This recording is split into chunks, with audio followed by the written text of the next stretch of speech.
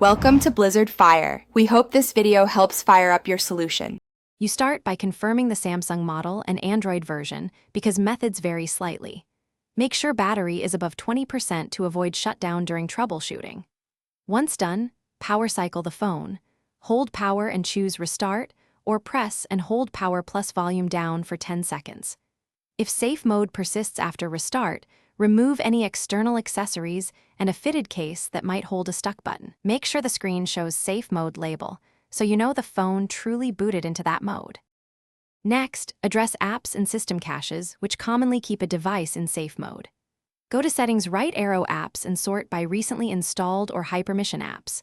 Force stop and uninstall anything suspicious, then reboot. If that fails, boot to recovery mode, power plus volume up plus Bixby or home depending on model, and wipe cache partition to remove corrupted temporary files. This won't erase personal data. Also try the safe mode toggle. Long press power off and select restart to exit safe mode, because the system sometimes returns to normal that way.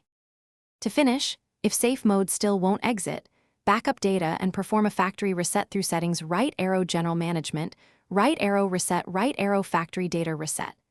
This restores normal boot behavior by removing persistent software causes. After reset, reinstall apps one at a time to spot the problematic app and avoid reintroducing the issue.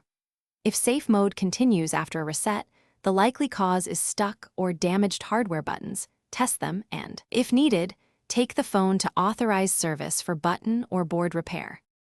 Thanks for watching. If you found this helpful, don't forget to like and subscribe.